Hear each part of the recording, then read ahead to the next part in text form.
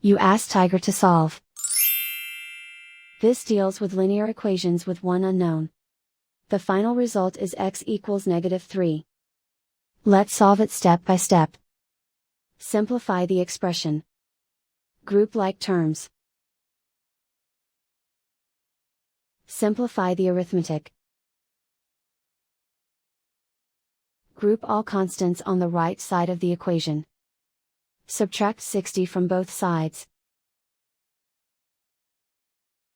Simplify the arithmetic.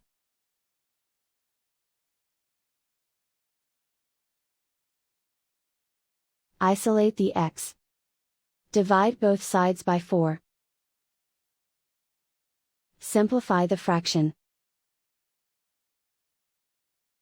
Find the greatest common factor of the numerator and denominator.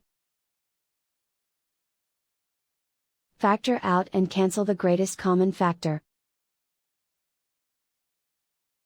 And so the final result is x equals -3.